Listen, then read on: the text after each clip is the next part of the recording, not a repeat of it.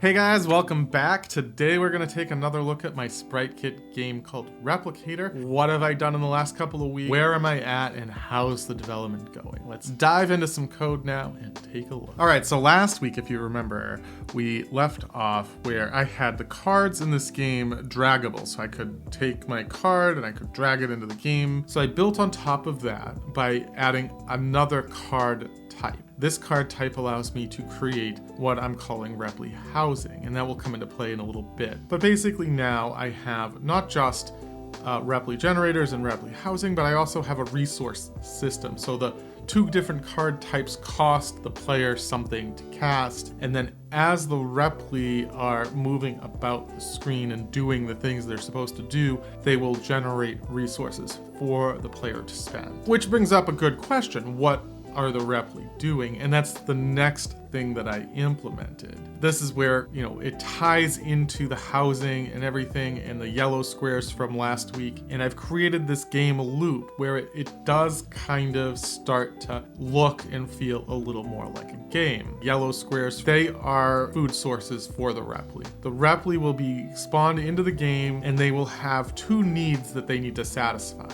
hunger and rest. What I did was I created two functions that are part of the Repli class. One of them is the find food function, the other one is find home. And these just are pretty simple functions right now. They just search the node tree, sort it from closest to furthest. It returns this array that we use to get the location of the closest item for the Repli to move toward. These functions are called within another function on the Repli class called satisfy need. It will then move the Repli towards the result of those two functions. So you can see how this works, where if the Repli is hungry, it will search for any food source near it. If it can't find a food source near it, it will then try and find a house.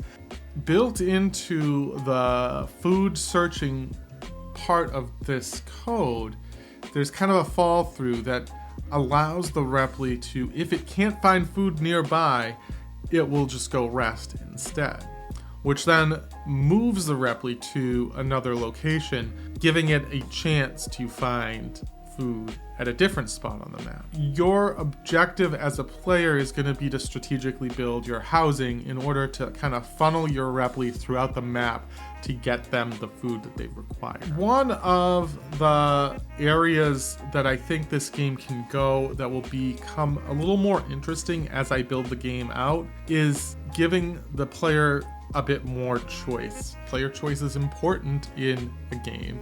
I'm actually working on another video to talk entirely about player choice, so make sure you're subscribed if you're interested in hearing about my philosophy behind how to add player choice and how it's important to game development. Now, if you remember, the design of the game board has 3 cards on it, and so far I've only used 2 of those spots.